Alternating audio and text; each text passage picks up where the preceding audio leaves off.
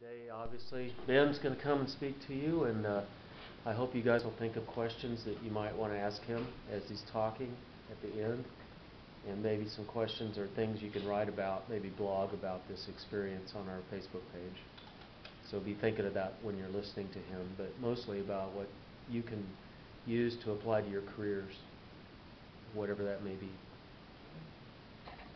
Good morning. I think I know, but can I just cover names real quick just so I make sure that I know everybody will start back here. Amber. Okay. Yeah. Melissa. Okay. Okay, great. Like Rob said, my name is Ben. I serve as Assistant VP for Student Development here on campus. Oversee a few things, different things on campus, teach a little bit too every once in a while. So honored to be here today. You guys, I'm just going to cover kind of my own personal philosophy approach to counseling, and then we should have plenty of time for questions this morning when I finish up. If y'all have questions. My undergraduate's in pastoral ministry. I was a youth pastor for 3 years after I graduated, and then I have a graduate degree in marriage and family therapy from Southern Nazarene University. Worked at Wilson Psychological Associates here in town for a while, doing some therapy with them, and enjoy that aspect of it very much. So. Can y'all catch me up, different people, on like what have you been talking about in class? Just catch me up on some things you've talked about first. You've met what, 2 or 3 times. So what have you been talking about? Skilled helpers. Okay. What do you mean by that? Like draw pictures. Okay. People that helpers like. Okay. Great. Okay. What else?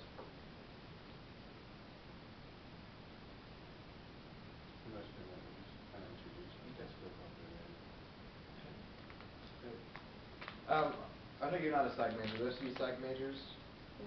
Okay. Tell me, Amber, like, what do you want to do when you graduate? What's going down? What do you want to do with the degree?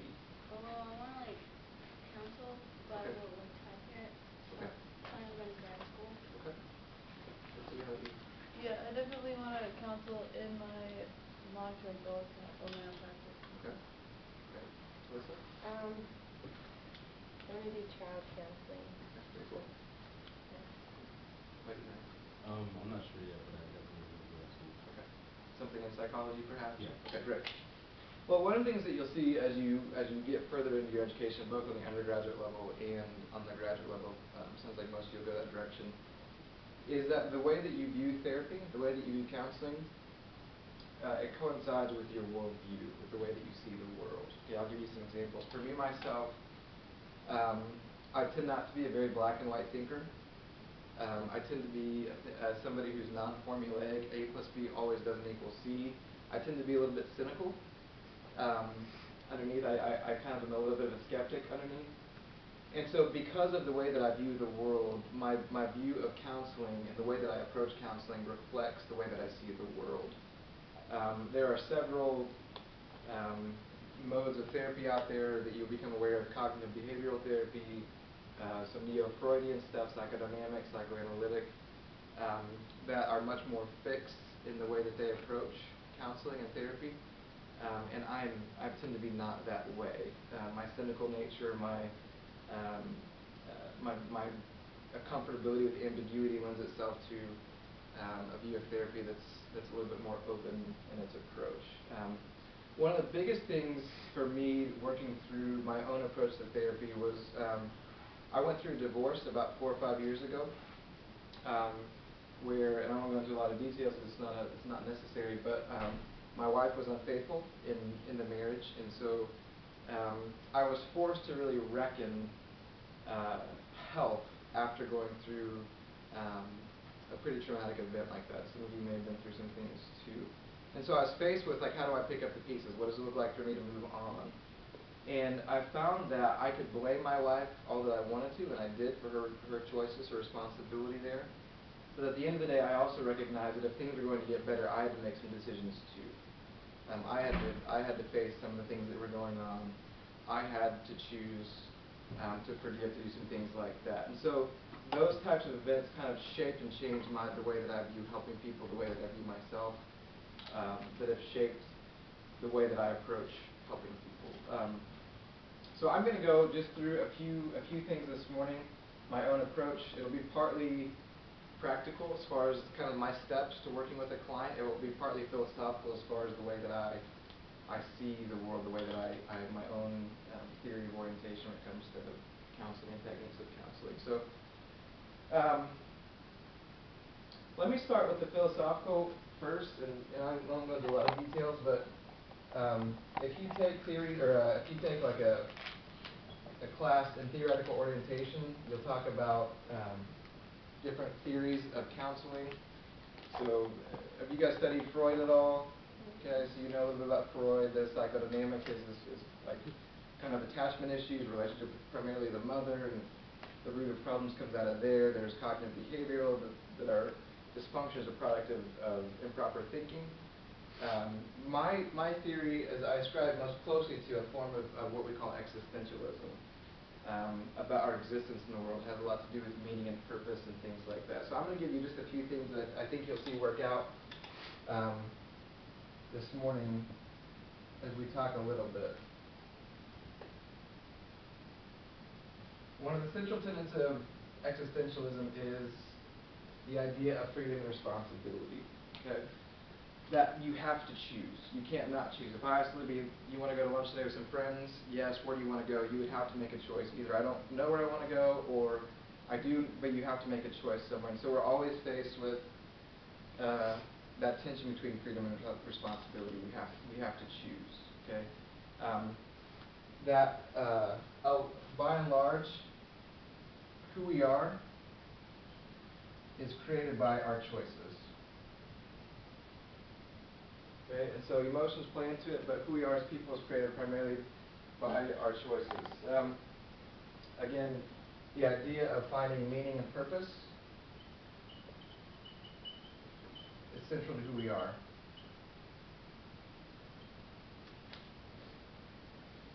You'll hear a lot about the existential angst.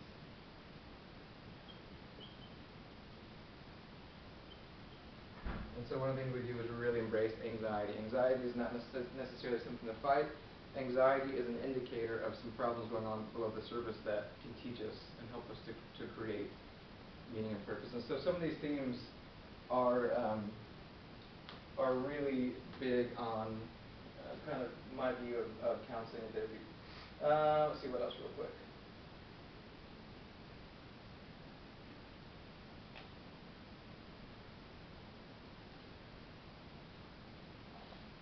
One of the things that I like about existentialism, and this is the last kind of thing I'll talk about, is it's non-deterministic. So if you were to look at Freud, he would say that a lot of your behavior is determined by your subconscious, the id, the ego, the superego. If you were to look at behaviorism, Skinner, some of those people, they would say that your choices are determined by a lot of biological factors. But existentialism stands outside of that. It's non-deterministic, that we have the capacity to choose who we want to be and create meaning and purpose in our lives by choice, and it's not determined by biological factors, social factors, other things. Does that make sense? Okay. So these things are really important to me as I work with clients, because it helps me to frame each person that I work with, the problems they're coming in with, and the best way to help them to get to a better place. Okay. One of the things that's central to me and I'll kind of go into a little bit more practical things here for a little bit, is that I don't see my clients, my job is not to make them feel better. So much of therapy today is helping clients to feel better and normalize emotions. If that's the only thing that I do, then I think I've done them a disservice. My goal is to help them get to a better place. My goal is to help them make better decisions, because in my view, meaning and purpose, our relative health as human beings is more about the choices that we make than the emotions that we feel. Does that make sense? And we live in a culture where emotions are heightened, they dictate too much. But for me, if I can help a client to make better choices, that's my primary responsibility as a therapist. Okay? One of the things about our culture that drives me crazy, and I'm as guilty as this as anybody, is we are so quick to mitigate responsibility, to push responsibility aside. We like to play the blame game. People who grew up in an abused home, or grew up in a dysfunctional home, or have suffered a divorce or sickness or something like that, we like to excuse responsibility and blame somebody else and find someone else to blame besides ourselves. And so existentialism, to me, personal responsibility is central. It's really important. Okay? Any questions so far? I know this is kind of ambiguous, and that's on purpose, but questions so far? Okay, so let me walk you through. I've got 4 simple questions, and you can write these down if you want to, that help frame how I work with clients from start to finish.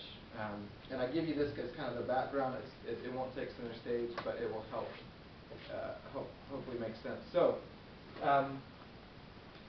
4 questions that usually drive the way that I work with clients. First question is this: why now? Okay, when you have somebody who walks into your office to see you that needs help, the first question I usually ask, maybe not that directly, is why now? They were able to manage life on their own 2 days ago, 2 weeks ago, whatever, how long ago. And so, what has led them to a place where they decided that they needed to seek some form of help to come see me in my office here on campus, or when I was working at Wilson Psychological Associates? That's the first question, okay, is why are they coming to see me now? All right, the second question is kind of attached to the first one.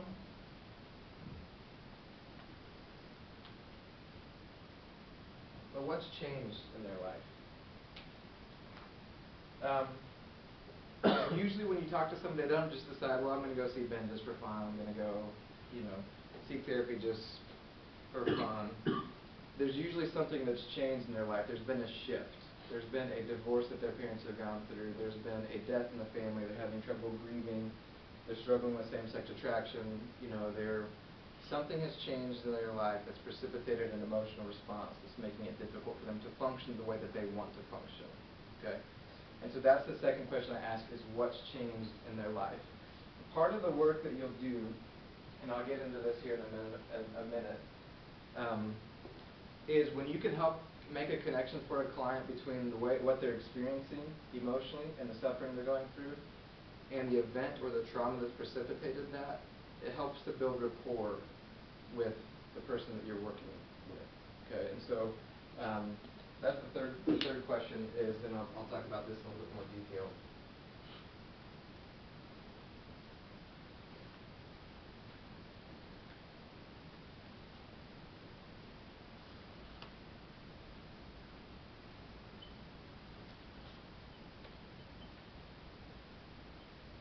Okay, so why now? And then what's changed in their life? What are they going through? And then what can I give them to cope or manage what they're going through?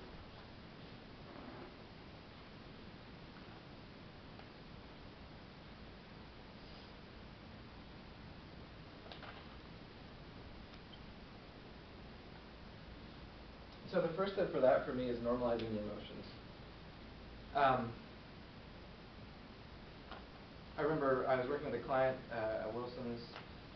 She was about 53 years old, female, had been through some incredibly traumatic things, gang rapes more than once, molestation, a lot of different things in her background, as well as there's kind of this hyper-religious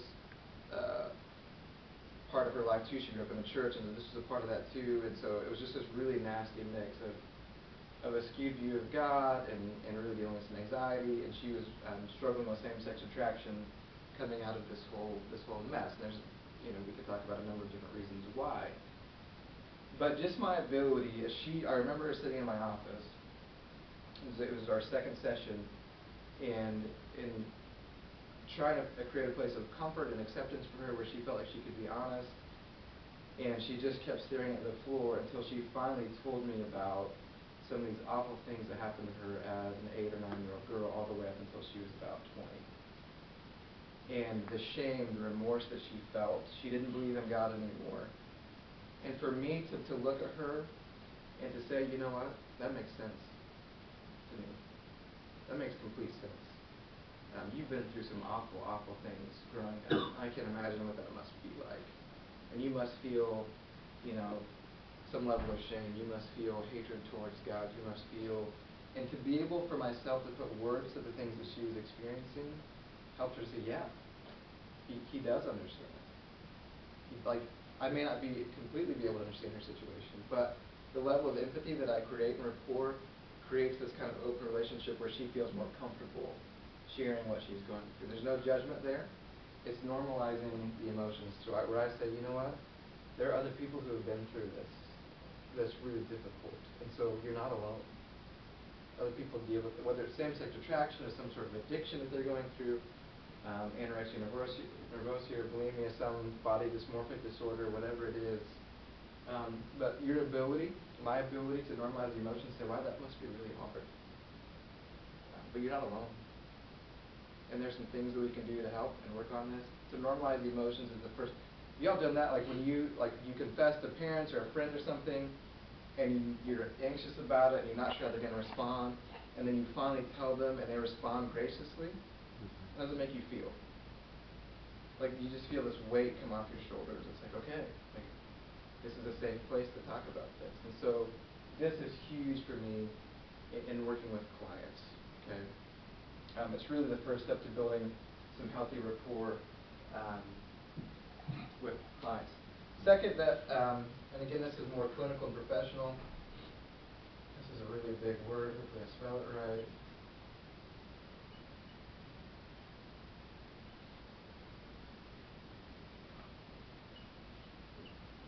Psychopharmacological intervention.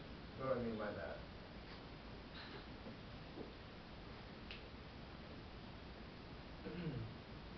Any ideas?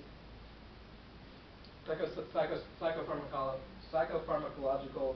I'm not going to try again, but this would be the medical part. Okay.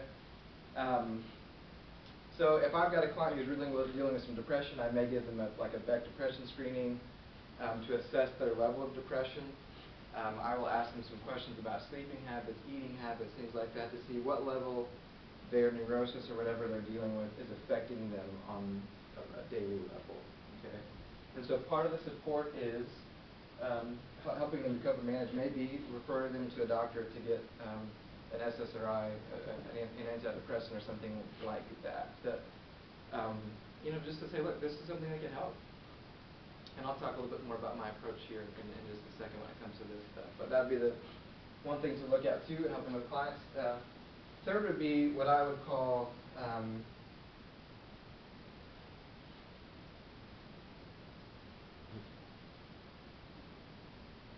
CBT, or rational thinking. So cognitive behavioral therapy is something that I'm not opposed to. That the idea, does anybody know what cognitive behavioral therapy is? Probably not yet, but essentially that the way that we behave is a product of our thinking. Okay, and so these core things that we believe about ourselves and the world dictate and shape how we think. And so part of just providing support initially is to give them some skills as far as rational thinking concepts. Okay, so if I've got a client that I'm working with who's really anxious, to normalize emotions, look, it's okay to feel anxious. We all do sometimes. And then to help give them some tools to help them work through the anxiety of if they're dealing with some sort of panic disorder, panic attacks, things like that, helping them to provide some ways where they can feel like they're not trapped, helping them to kind of work through some of the anxiety and giving them some options that they feel like they're able to cope a little bit on their own. Okay, because ultimately what you want in the client is you want them to be self-sufficient. You don't want them to depend on you as a therapist for their own well-being. You want to give them some things that can help them as they look forward. Then the last thing that I'll do, usually, especially the first session, is homework. Why do you think I give them homework to do? Any thoughts? Because it makes them think about, make an effort, and while you're not. Yeah, absolutely. Homework, guys, is a great way to assess how committed to the therapeutic concept your client is. Okay? And so usually this is what I'll do, is particularly working with students here on campus, is, and this is kind of separate, but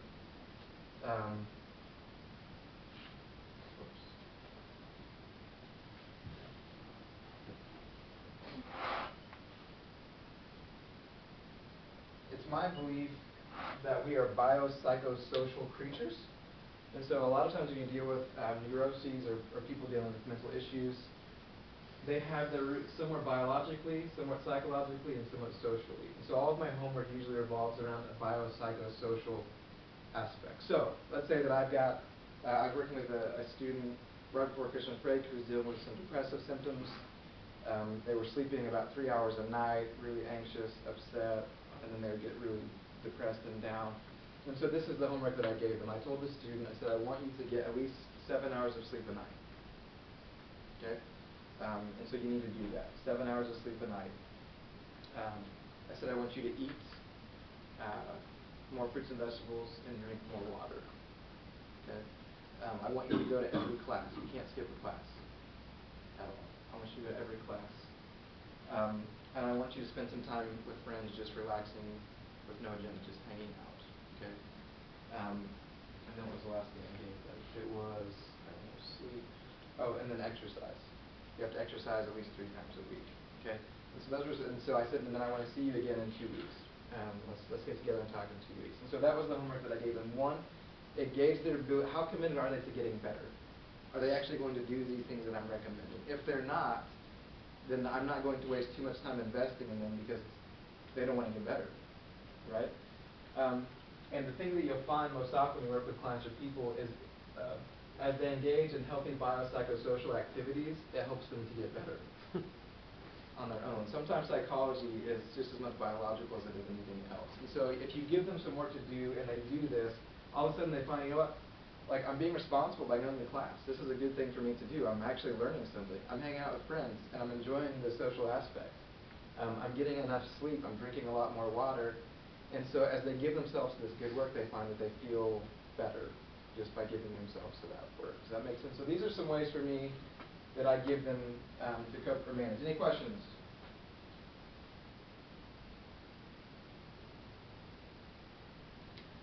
Okay. The last question is, and this is where you kind of get back to my theory of orientation. It's, how that works.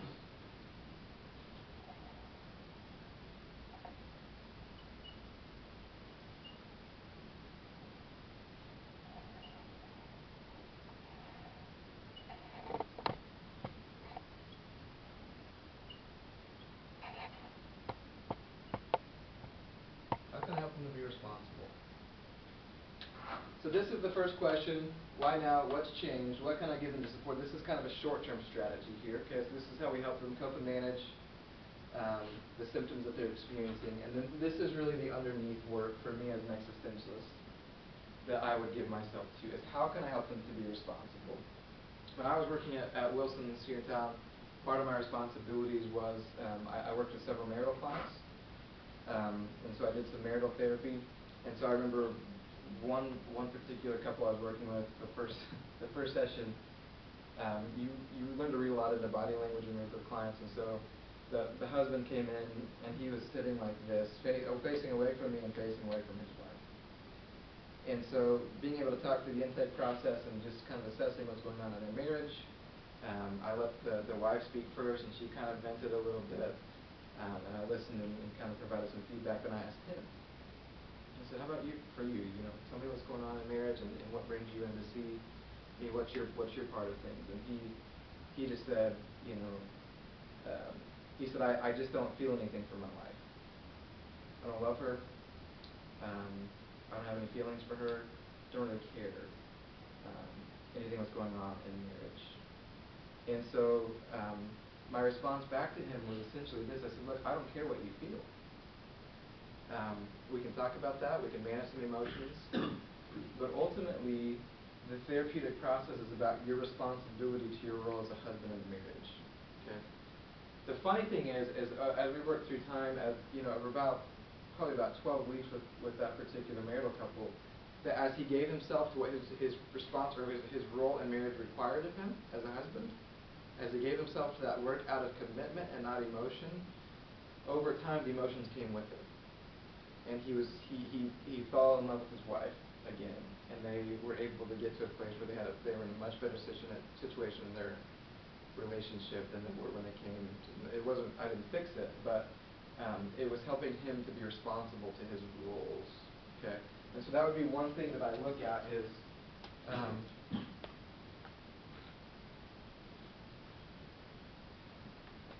like for clients I work with is what are their roles and responsibilities. So like maybe they're a student, son, daughter,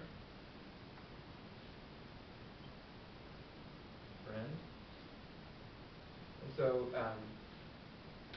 these are some of the issues that I would explore underneath.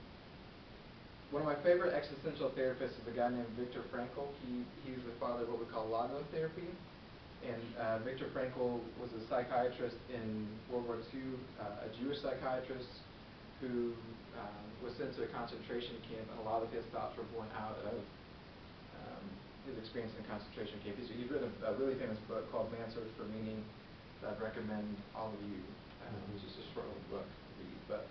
But one of the questions, or one of the things that Viktor Frankl says in helping clients is that the question we should ask is not so much what do we expect. The question that we should ask is what's expected from us. Okay, does that make sense? The question that we should ask is not so much what do we expect. The question we should ask is what's expected of us. And that's the issue of responsibility. Does that make sense? Okay? And so when a client that I'm working with starts to ask the question, look, not what do I expect, what should I feel, but what's expected of me? Like as a husband, what should my wife expect of me? As a student, what should my professors expect of me? As a Christian, what does the Lord expect of me?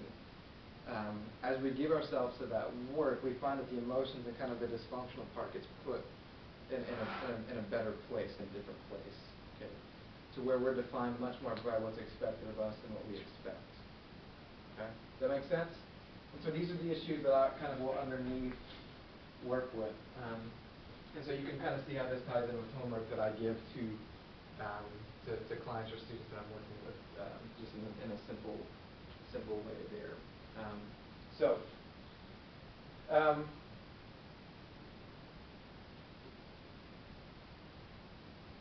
Let's see. Just a couple things for me, going back to tying this all together, and then I'll let you all ask some questions for a few minutes, if you have any. Why existentialism for me? I think, that, again, like I said, because we're a culture that's become very good at shunning responsibility. And if our culture is going to get better, if our relationships are going to get better, then I'm the one who's required to do my part, my own relationships and spheres to make it better. It's not just going to happen.